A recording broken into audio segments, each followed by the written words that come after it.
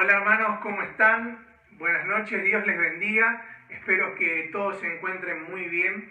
Un nuevo miércoles de septiembre, sí, ya es el segundo, pero es especial. ¿Por qué? Como ya se ha anunciado el domingo, durante estos 4 miércoles que restan de septiembre vamos a tratar 4 temas diferentes relacionados a la Biblia, ¿sí? A la palabra de Dios. Este es el mes de la Biblia y queremos aprovecharlo, ¿verdad? Por eso, en el día de hoy nos visita, nos ha grabado un mensaje el doctor Rubén Serra. Él es uno de los ancianos allí en la iglesia de Vicente López, en Avellaneda, y el tema que nos trae es la Biblia, su inspiración y veracidad. Así que luego de que Orlando tenga una oración, le va a dar el lugar a Rubén para que desarrolle este tema, ¿sí? Así que prestemos atención a esto que el Señor nos tiene preparado, ¿sí? Porque Él nos va a hablar a través de Rubén. Hermanos, le dejamos este lugar a Orlando para que ore y luego nos disponemos a escuchar el mensaje de la palabra de Dios. Dios les bendiga. Buenas noches, hermanos. Damos gracias a Dios por este tiempo que nos permite disfrutar de la palabra de Dios, de aprender cada miércoles. Y bueno, gracias al hermano también, que él tuvo su tiempo para explicarnos lo que Dios tiene para nosotros. Y ahora, para terminar, vamos a estar orando, y después sí ya damos por terminado. Oramos. Padre Celestial, te damos gracias, amado Dios, por este tiempo maravilloso que nos permite disfrutar, Señor, la familia, escuchando el mensaje que nos ha traído el hermano, aprender de la palabra de Dios, que es buena para nuestra vida espiritual. Así que, Señor, gracias por todo, y lo dejamos en tus manos, Señor, que cada miércoles podamos tener siempre esta palabra tan rica que nos hace bien a todos los hijos de Dios. Así que te damos gracias y dejamos todo en tus manos, en el nombre bendito de nuestro Salvador Jesús. Amén.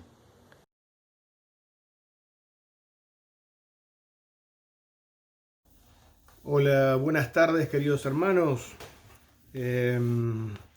Agradezco la posibilidad de estar conectado con ustedes por este medio. Cuando Pelo me llamó para compartir algo acerca de la palabra de Dios, bueno, me puse muy contento. No sé si fue por casualidad, calculo que no, pero septiembre es siempre llamado como el mes de la Biblia. Así que es muy pertinente en septiembre 2020, este año tan particular, poder estar considerando algunos aspectos acerca de la Biblia. Saludos de mis hermanos. Nos estamos viendo poco, todos en forma presencial, pero estamos llenos de Zoom y de mensajes grabados y de compartir por teléfonos, por chat y WhatsApp, etcétera, etcétera. Así que bueno, Dios los bendiga. Y espero en algún momento no tan tardío podernos ver personalmente. El tema de hoy es la palabra de Dios. El tema que me dio Pelo es la inspiración y veracidad de la Biblia. Pero en primer lugar, cuando nosotros decimos que la Biblia le llamamos palabra de Dios, me lleva rápidamente a hacer una introducción a esto. Si hablamos de la palabra de Dios, tenemos que comenzar hablando de Dios. Y decimos que Dios es trascendente, es decir, Dios está más allá del espacio y del tiempo. No podemos llegar a Dios o alcanzar a Dios de una manera simple y directa, porque nosotros somos limitados, finitos, y estamos dentro de un espacio mucho más limitado. Pero también decimos, dentro de las características de la naturaleza de Dios, que Dios es un ser personal. ¿Qué quiere decir que es un ser personal? Que es un ser que se relaciona, que es un ser que se comunica. No es un ser así trascendente, inalcanzable, sino que nosotros no podemos alcanzarle, pero Él nos alcanzó a nosotros. Sabemos que la máxima expresión en la cual Él nos alcanzó a nosotros es la persona del Señor Jesucristo. Él, siendo Dios, se hizo hombre como para llegar a nosotros y darnos salvación a través de su obra en la cruz. Pero entonces, si pensamos en que Dios es un Dios personal y trascendente, la forma en la cual Él se reveló es a través de palabras. Por eso está muy bien el término palabra de Dios. Y Dios intervino en la historia del hombre autorrevelándose. No es el hombre el que llegó a conocer a Dios, sino Dios que se autorreveló, se dio a conocer y a través de muchas maneras, a través de los tiempos. Ya lo dice el libro a los Hebreos, el primer capítulo, los primeros versículos, que Dios, habiendo hablado a los padres por los profetas muchas veces, en los postreros tiempos nos ha hablado por el Hijo. Y realmente, si repasamos un poco la historia, vemos que Dios nos creó a su imagen. Y parte de la imagen de Dios que hay en nosotros es la comunicación, la palabra. Dios, en el proseguir de la historia, estableció pactos sucesivamente con Noé, con Abraham, con Moisés, con David. Los sucesivos pactos que él fue estableciendo tienen que ver con pactos de palabra en los cuales se manifestó. Dios se reveló en el Sinaí con palabra. Dios se manifestó a través de la ley, se manifestó por los profetas, se manifestó en la providencia y cuidado de su pueblo, en eventos milagrosos, en sueños, en visiones, y como dijimos, en los postreros tiempos a través de Jesucristo. También Dios, cuando envía al Consolador, al Espíritu Santo, nos sigue hablando a través del Espíritu, que aplica justamente la palabra de Dios a nuestra experiencia diaria para que podamos comprenderla y aplicarla a nuestra vida. La palabra de Dios se ha dado a conocer, dijimos, por palabras. Jesucristo mismo es llamado el Verbo. Cuando acudimos al cuarto evangelio, en el primer capítulo de Juan, dice que en el principio era el Verbo, y el Verbo era con Dios, y el Verbo era Dios. Este Verbo es la palabra. ¿Por qué? Porque es la expresión por medio de la cual se da a conocer ese Dios infinito y trascendente. Dice que aquel Verbo se hizo carne y habitó entre nosotros. Cuando dice en la oración sacerdotal del Señor Jesucristo, dice: santifícalos en tu verdad, tu palabra es verdad. Es decir, la palabra de Dios, el Verbo. Las Escrituras son palabra de Dios. Cuando los escritores del Nuevo Testamento, cuando hablan, dicen Dios dice. Los profetas del Antiguo Testamento, cuando hablaban, decían vino palabra de Jehová diciendo. Es decir, es Dios manifestándose a través de la palabra. Y eso es lo que quedó registrado en la Biblia que nosotros tenemos ahora. Ahora, hay una cosa particular en la Biblia. Permítanme y entiéndanme, así como Jesucristo tiene una naturaleza divina desde siempre, desde la eternidad, pero asumió una naturaleza humana, naturaleza divina, naturaleza humana. Una persona, dos naturalezas. Con la Biblia pasa en cierta forma algo parecido. La Biblia es una sola, la conjunción de libros, y es la palabra de Dios, pero ha sido escrita por hombres. Es decir, que en la escritura, en las palabras de la Biblia, hay lo que Dios quiso decir, que está expresado por hombres. Y por eso cada escritor improntó, le puso alguna cuestión de la época, de su lenguaje, de su vivencia, sin alterar lo que Dios quería decir. Vamos a ver algo más de eso un poquito más adelante. Es una colección de 66 libros, que estuvieron separados porque antes no había algo como tenemos nosotros, la biblioteca, un libro donde todos juntamos, sino que eran rollos separados. No fue un dictado divino, vamos a ver algo más adelante. Presenta características históricas. No es un libro, esto es importante, la palabra de Dios contiene muchas cosas de filosofía, contiene muchas cosas de historia, contiene muchas cosas de ciencia, contiene cosas de moralidad, pero la palabra de Dios no es un libro de filosofía, ni de historia, ni de ciencia. Por lo tanto, no vamos a buscar eso a la palabra de Dios. La palabra de Dios es la revelación progresiva a través de la cual desde el Génesis hasta Apocalipsis se da a conocer Jesucristo. Jesucristo es la culminación, Él cumple toda la ley. Así dice su palabra. Así que a través de que los hombres han tenido más libros de la Biblia, han tenido una revelación superior. Contiene también varios estilos literarios. Tenemos libros históricos, libros poéticos, Y es muy lindo por eso acudir proféticos, libros de revelación como el Apocalipsis. Ahora, cuando hablamos de la escritura tenemos que preguntarnos, porque estoy seguro que muchos ya lo saben, por supuesto, pero algunos, especialmente los más jóvenes, se preguntarán cómo se ha reunido este canon de escritura. Y tenemos el Antiguo Testamento, tenemos el Antiguo Testamento y tenemos el Nuevo Testamento. El Antiguo Testamento con 39 libros, con 27 libros el Nuevo Testamento. Los escritores bíblicos dicen que han escrito la palabra inspirada. En 2 Timoteo encontramos que toda la escritura es inspirada por Dios. No nos cuesta tanto en lo que respecta al Antiguo Testamento. La formación del canon ha venido siendo celosamente guardada por el pueblo de Dios. Una de las funciones del pueblo de Dios era conservar los escritos sagrados. Nosotros encontramos que cuando el Señor Jesucristo, acuérdense cuando habla a los discípulos camino a Emaús y les dice, vamos a leerlos para no perder dice que estas cosas son las palabras que os hablé estando aún con vosotros, que era necesario que se cumpliese todo lo que está escrito de mí en la ley de Moisés, en los profetas y en los salmos. Acá Dios hace una división que es la que tenía justamente el pueblo de Israel en lo que era el Antiguo Testamento, las Escrituras Sagradas. Ellos dividían en tres.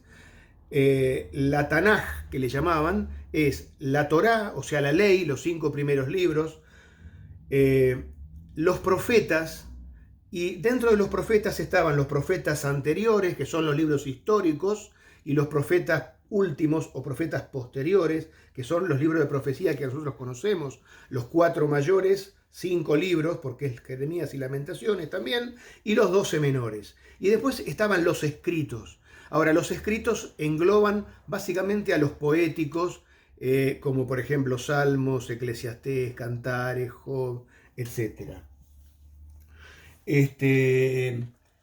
Y ahí nosotros tenemos esa división que el Señor Jesucristo mismo hace resaltar.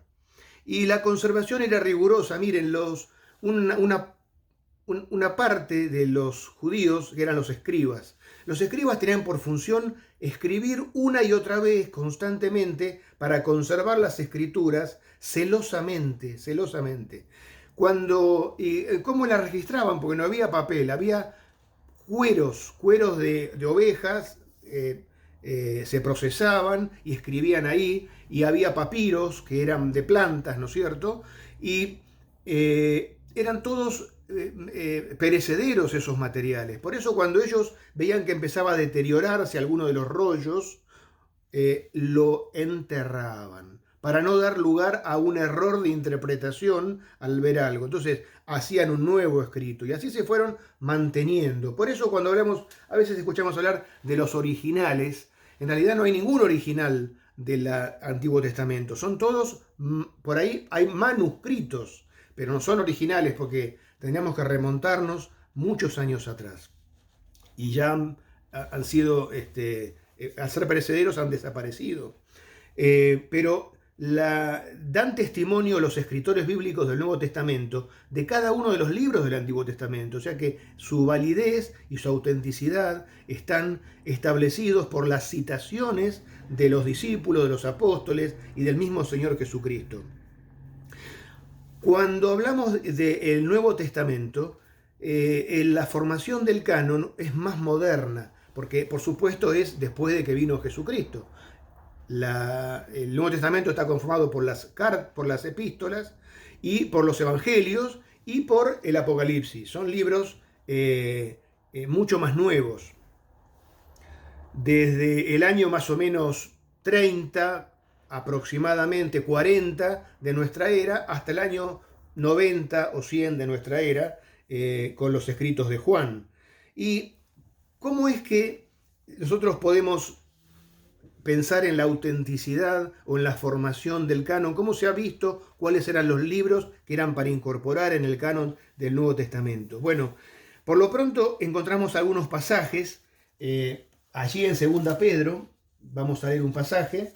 Dice, capítulo 3 y versículo 15, escribe Pedro y habla acerca de los escritos de Pablo, que es la gran mayoría de las epístolas del Nuevo Testamento. Y tened entendido, dice, que la paciencia de nuestro Señor es para salvación, como también nuestro amado Pablo, hermano Pablo, según la sabiduría que le ha sido dada, os ha escrito, casi en todas sus epístolas, hablando en ellas de estas cosas, entre las cuales hay algunas difíciles de entender, las cuales los indoctos e inconstantes tuercen, como también las otras escrituras para su propia perdición. Él habla de las epístolas de Pablo y las defiende como palabra de Dios. Y encontramos allí también en 1 Corintios capítulo 14, capítulo 14 y versículo 37, acá escribe Pablo y dice, si alguno se cree profeta o espiritual, reconozca que lo que os escribo son mandamientos del Señor. Es decir, que tanto el apóstol Pablo reivindicaba sus escritos, la carta que escribía a las iglesias como mandamiento del Señor, como palabra de Dios, como Pedro reconocía a su vez lo que Pablo escribía. ¿Cómo es que se llegó a formar el canon del Nuevo Testamento entonces? Bueno, en base a todo eso, hay un momento en la historia en la cual fue necesario defender con uñas y dientes lo que era la palabra de Dios. Es cuando comenzó la persecución a la iglesia. En aquel tiempo de persecución no se perseguía solamente a los cristianos, sino que se perseguía a los escritos sagrados, buscándolos quemar, haciéndolos desaparecer. Entonces la iglesia tuvo que juntarse como para determinar de todas esas cartas que estaban circulando, cuáles eran consideradas como palabra de Dios canónicas. Canon quiere decir regla, es decir, que se ajustaban a la regla para juntarlos y reunirlos en un solo libro o defenderlos, ¿no? Entonces, ¿cuáles fueron los criterios que se usaron? Bueno, básicamente una fue la apostolicidad, se llama, es decir, que hayan sido escritos por algún apóstol. Recordemos que apóstol, según lo que la palabra dice, son aquellos que han estado en contacto y que han conocido y que han compartido y que han recibido directamente de Cristo. Entonces, las cartas del Nuevo Testamento son origen apostólico. Hay alguna, por ejemplo, las escritas por Lucas, donde es a través de un apóstol, como por ejemplo Pablo. Otra es la conformidad de la regla de fe. La analogía de la fe, la regla de fe. Es decir, todos los libros tienen que estar concordando en lo que están diciendo. Y la otra es el uso amplio de las cartas en las iglesias. Antes no era como ahora, que había chat, que había internet. Las cartas viajaban durante mucho tiempo, se hacían varios manuscritos e iban a una iglesia de una localidad, a otra que estaba a 1000 kilómetros, otra a 500 kilómetros. Entonces, todas estas cartas circulaban entre las iglesias. Entonces ahí los primeros padres recurrieron a eso, las cartas que eran usadas, reconocidas, apostólicas y de conformidad entre ellas. Ahora, hay alguna cosa que nosotros tendríamos que decir, algunos conceptos importantes cuando hablamos de la palabra de Dios. Uno de ellos es la revelación. Decimos que la palabra de Dios fue revelada, eso es revelación. ¿Qué es revelar? Revelar es descorrer un velo de algo desconocido previamente. Dios se reveló de muchas formas. Ya vimos que la forma mayor es Jesucristo. Hoy tenemos la Biblia, es llamada por Pedro la palabra profética más segura, inspirada por Dios, iluminada por el Espíritu Santo. ¿Por qué iluminada? Revelación de Dios. La revelación es algo que Dios da y no es algo que se sigue dando. Vamos a aclarar bien esto. Hay algunos grupos que dicen, Dios me reveló tal cosa. Bueno, en realidad la palabra de Dios, las escrituras están cerradas. Termina la palabra diciendo que si alguno agregare o quitare a la palabra de Dios, va a ser pasible de juicio por parte de Dios. Entonces, no podemos añadir a lo que la palabra de Dios ya puso. Ha terminado. Lo que ocurre ahora es que el Espíritu Santo ilumina a cada uno de sus hijos para que entienda y para que aplique y para que comprenda la palabra de Dios ya revelada. Cuando hablamos de revelación, hablamos de una revelación general. Revelación general es lo que habla el apóstol Pablo ahí en el primer capítulo de Romanos, cuando dice que toda la gente, a través de todos los tiempos, conoce acerca de Dios, aunque no haya leído la palabra de Dios. Lo conoce a través de las cosas creadas, las cuales hablan de un creador poderoso y eterno que no puede ser otro que Dios. Es una revelación de Dios a través de todas las cosas, a la totalidad de la población, a través de su conciencia. Ahora, la revelación particular o la revelación especial es la revelación que es dada a través de la revelación de parte de Dios directamente, que no puede ser de otra forma que a través de la palabra de Dios, la Biblia, a través del Espíritu Santo, a través del Hijo que ha venido y por quien conocemos realmente al Padre. Seguimos. Otra palabra que tenemos que dejar bien establecida es la inspiración. La inspiración, dice en la primera Timoteo 3:16, vamos a leerla porque es el pasaje clásico que se lee habitualmente cuando uno justamente, primera Timoteo 3:16, dice que toda la escritura es inspirada por Dios y útil,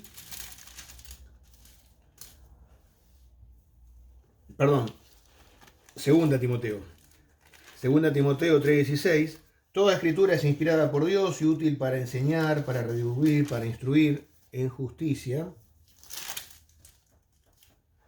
a fin de que el hombre de Dios sea perfecto, enteramente preparado para toda buena obra. Es decir, acá es muy claro el versículo, dice, toda la escritura es inspirada por Dios, útil, segura. Dice en 2 Pedro capítulo 1,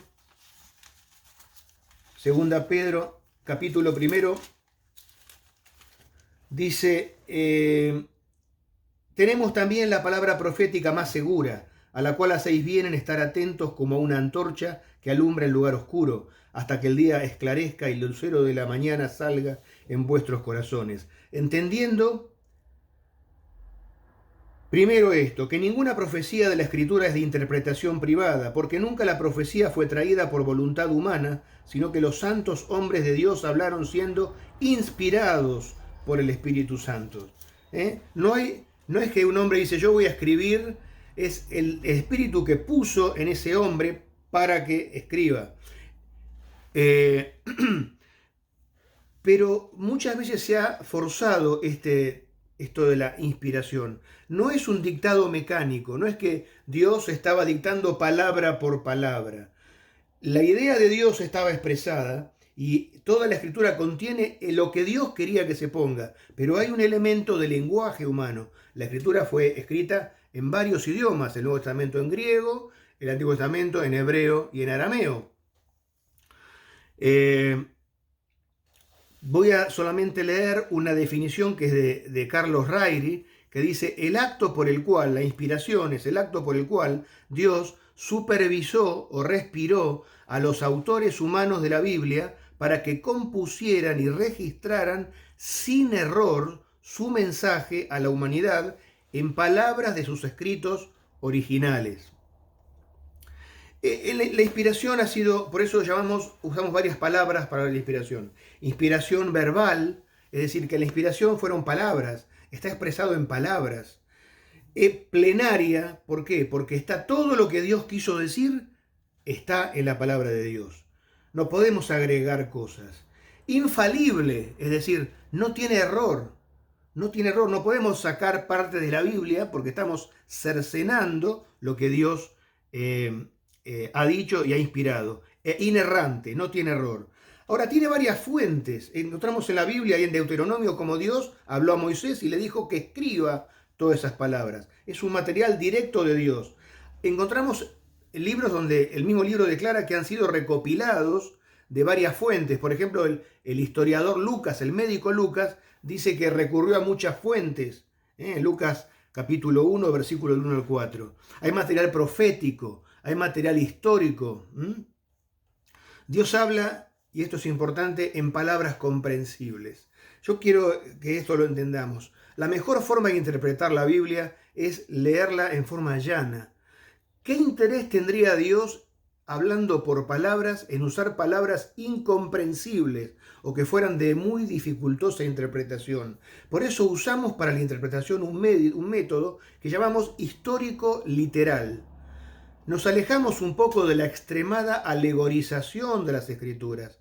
Hay partes que son alegóricas, la misma Escritura los interpreta de tal manera, pero hubo a través de la historia personas, uno de los primeros y más prolíficos fue Orígenes, que recurrió a la extremada alegorización y le hizo decir a la Biblia un montón de cosas que la Biblia en realidad no dice. Lo mejor es entender la palabra de Dios en forma llana, sencilla, tal cual está expresada, en una lengua comprensible. Por eso llamamos histórico literal. Decimos que la palabra de Dios es inerrante, así que no tiene error.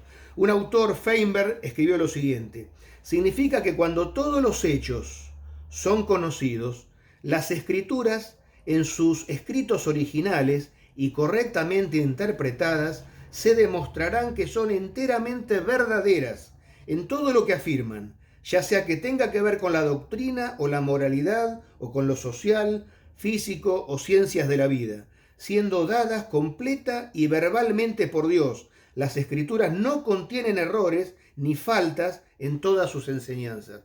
Esto es porque si decimos que viene de Dios, no puede contener errores. Así que esto es lo que sostenemos claramente. Otra palabra, autoridad.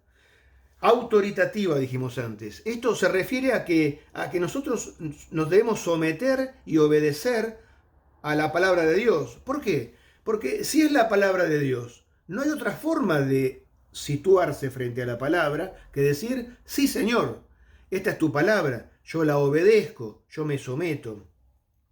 Como revelación de Dios tiene autoridad y debe ser obedecida. Lo que ella afirma es lo que Dios afirma, así que no podemos buscar o dejar de lado una parte de la palabra de Dios. En Juan capítulo 14, versículo 23, dice: el que me ama, mi palabra guardará. Y mi Padre le amará y vendremos y haremos morada en él. Es decir, que el amor que tenemos hacia el Señor Jesucristo se trasluce en la obediencia a la palabra de Dios. Mi palabra guardará. ¿Por qué? Porque es autoritativa. También la otra palabra que aparece por ahí es suficiencia. Otro autor llamado Grudem escribe de la suficiencia que las Escrituras, vamos a escuchar bien, contienen todas las palabras de Dios que Él quería que su pueblo tuviera en cada etapa de la historia redentora. Y ahora contiene todas las palabras de Dios que necesitamos para la salvación, para confiar en Él perfectamente y para obedecerle perfectamente. Las Escrituras contienen todas las cosas necesarias para la salvación, de modo que todo lo que no se lee en ellas, ni se puede probar por ellas, no debe ser requerido de ningún hombre que se crea como un artículo de fe necesario para la salvación. Esto es muy importante porque hay, sin ir más lejos, la religión popular acepta como medio de autoridad no solamente la palabra de Dios. Lo resuelto por los concilios ecuménicos, los concilios que ellos hacen, lo que sale de eso es palabra autoritativa que regula lo que debe ser obedecida. Cuando el Papa habla, como le llaman ellos, ex cátedra, lo que dice debe ser obedecido con igual rango de autoridad que la palabra de Dios. Ellos obedecen a las tradiciones. No es que las tradiciones en sí mismos sean malas, pero no podemos ponerle la misma punto de autoridad que la palabra de Dios. Por eso la Reforma, una de los resúmenes, cuando habla de solo fe, solo gracia, dice solo la palabra de Dios, solo Biblia, solo Biblia. De ahí viene la autoridad que nosotros reconocemos. Y canonicidad es la otra palabra que quería dejar con ustedes, es el reconocimiento de qué escritos están dentro del canon bíblico, hecho del cual ya hablamos. Ahora, cuando vemos, y después de haber visto todo esto que vimos, ¿cuáles son los errores al acudir a la palabra de Dios?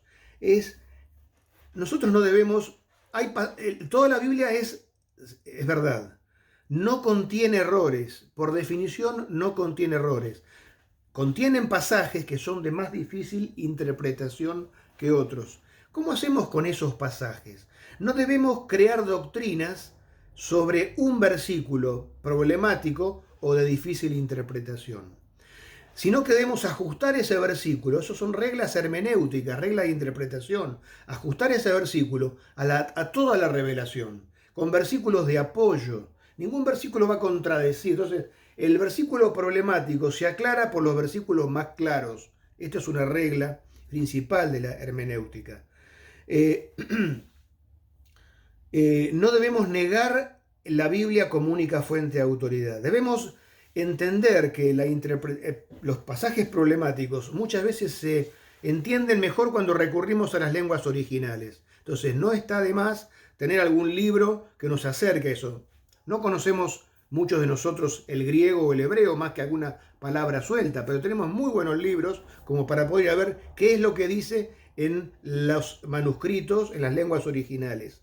Tenemos que contextualizar la palabra de Dios. No es la misma forma en la cual escribían el Antiguo Testamento en la época de los jueces que lo que escribe Pablo. Entonces tenemos que ver cuál era la cultura a la cual le estaba escribiendo y en qué forma y cómo se manifestaba a ellos. Tenemos que pensar también el género literario que se está usando. Cuando se habla con la famosa poesía hebrea, el paralelismo de los salmos, cuando vemos algún libro sapiencial como Cantares o como Proverbios, o como Eclesiastés, o cuando leemos un histórico, géneros literarios que tienen reglas también diferentes. Pensar en los diferentes autores, cuál era su forma, cuál fue su crianza. Hubo escritores que fueron reyes como David, escritores que fueron pastores, escritores que fueron boyeros, escritores que fueron pescadores. Entonces cada uno tiene un ambiente cultural diferente. Otro error es la excesiva alegorización, como decíamos antes. Otro error es ir a la Biblia con muchos preconceptos. Nosotros deberíamos ser capaces de no ir a la Biblia aferrados a las ideas previas que tenemos. Tenemos que tener la suficiente amplitud para orar y que el Espíritu nos muestre en su palabra, porque muchas veces las ideas previas que tenemos oscurecen o limitan al Espíritu cuando nos está hablando. Y la otra cosa es, nosotros no podemos ir a la palabra con ligereza o con superficialidad. Tenemos que leerla. Es verdad que hay una lectura rápida que hacer de los libros de la Biblia para tener un panorama completo, pero después tenemos que profundizar en cada uno de ellos. Tenemos varias escuelas surgidas en los últimos tiempos, y no tan últimos tiempos, que llevan al error. Una es la alegórica, como dijimos, de Orígenes. Otra es la neortodoxia de Barth. Es una escuela, Barth decía que la palabra de Dios se transforma en palabra de Dios cuando Dios la utiliza para llegar a nosotros. Entonces, el corolario al cual llegaba es que la palabra de Dios, que la Biblia contiene palabra de Dios, pero no es palabra de Dios. ¿Qué significa la Biblia contiene palabra de Dios? Que no todos los pasajes son palabra de Dios, solo aquellos que Él aplica. Con eso empezamos a cercenar la Biblia. ¿Quién decide eso? ¿Quién decide qué viene de parte de Dios y qué no viene de parte de Dios? No es correcto esa forma de acudir a la Biblia. Otra escuela es la de Bultmann, que es la desmitificación. Él decía que hay que acudir a la Biblia identificando los mitos. Los mitos son aquellas creencias arraigadas en los pueblos. Entonces tenemos que sacar el mito de la Biblia. Otra forma de cercenar y amputar parte de la Biblia. No, esto corresponde al mito, esto corresponde al otro, esto no es así. Entonces sacamos la creación porque no puede ser así, sacamos Matusalén porque vivió mucho y es el mito de Gilgamesh, y sacamos esto por esto. Eso es claramente un ardid de Satanás para disminuir la palabra de Dios. Y, por supuesto, el liberalismo bíblico trata de quitar todo elemento sobrenatural, todo lo milagroso, todo lo que cuesta explicar, eso lo quita. ¿Qué derecho tenemos nosotros de cuando leemos lo que es la palabra de Dios, y Dios es tanto más grande que nosotros, de querer reducir a Dios a nuestro intelecto, aún aquellas cosas que no podemos explicar? Porque sabemos perfectamente bien que lo que no se podía explicar hace 200 años, hoy se explica perfectamente. Así que lo que no podemos explicar hoy, Dios seguramente sabe por qué lo hizo, cómo lo hizo, bajo qué reglas y cómo. Queridos hermanos, yo quería Espero no haber sido muy confuso en abordar tantos aspectos así muy rápidamente, pero que nos quede en claro que así como el tema dado era autoridad o inspiración y veracidad, creo que hablamos algo más que eso. Hablamos de la inspiración, hablamos de la veracidad y básicamente conocer acerca de la Biblia es importante, pero obedecer la Biblia es mucho más importante. Es decir, primero tenemos que leerla y tenemos que obedecerla, tenemos que sujetarnos. Es a través de la Biblia que nosotros vamos creciendo en conocimiento y en espiritualidad, y a través de la obediencia a la Biblia se va produciendo la santificación, que es el proceso de que cada vez nos parezcamos más a Cristo. Así que, queridos hermanos, un fuerte abrazo, un saludo muy grande a los hermanos de Caraza, y que Dios los bendiga y los guarde en este tiempo de dificultad, de temores, sabiendo que Él no ignora nada de lo que nos pasa a nosotros. Que Dios les bendiga. Amén. Muy bien, le damos gracias a nuestro buen Dios por permitirnos llegar hasta este momento en donde hemos disfrutado de una reunión más, donde hemos escuchado su palabra con este tema tan especial. Luego se vendrán otros 3 más, así que tenemos un lindo tiempo, un lindo mes en cuanto a las reuniones de los miércoles que no nos podemos perder. Así que cada miércoles tenemos que estar allí 20-30 horas para escuchar la palabra de Dios con estos temas de estos hermanos que nos visitan, pero sobre todas las cosas, hermanos, dedicar un tiempo importante a la oración. No sé cómo te estará tratando todo esto que estamos viviendo, pero sería bueno que nuestra vida de oración haya podido crecer. Desde allí, desde marzo hasta ahora, es mi deseo que tu vida de oración y la mía puedan ir creciendo. Así que vamos a despedirnos, sin antes mencionar los anuncios que quedan. Nos volvemos a juntar por este medio, ¿sí?, el día domingo, como ya todos sabemos, a las 11 de la mañana para compartir la cena del Señor y luego la reunión, el encuentro familiar que siempre venimos teniendo, y que tan bien y de tanta bendición es para nuestras vidas. Oramos y si Dios lo permite nos vemos el domingo, y si no, será el próximo miércoles a las 20:30 horas. ¿Oramos? Padre y Dios nuestro que estás en el cielo, te damos gracias por este tiempo, por la reunión del día de hoy, por permitirnos aprender más acerca de tu palabra, de todo lo que ella tiene preparado para nosotros. Señor, cómo vos nos hablás a través de ella, cuán bendecidos somos, Señor, al escudriñar tu palabra. Queremos agradecerte por la visita virtual de Rubén, queremos pedirte que vos le bendigas a él, su familia y su congregación también. Gracias por este hermoso tiempo, Señor, pero ahora nos disponemos a, una vez finalizada la reunión, a tener un tiempo para orar, para agradecer. Tenemos tanto para agradecer, Señor, y queremos aprovechar esto, la iglesia unida, orando, Señor, es maravilloso. Así que te agradecemos, Señor, una vez más por este tiempo, por esta reunión, por cada uno de los que están mirando este video, que vos lleves bendición a cada hogar, que podamos entender y disfrutar, como dice tu palabra, ¿sí?, que es una luz en nuestro camino, Señor. Te damos gracias por todo y oramos en el nombre y por los méritos del Señor Jesús, nuestro Salvador. Amén. Hermanos, Dios les bendiga, que sigan muy bien.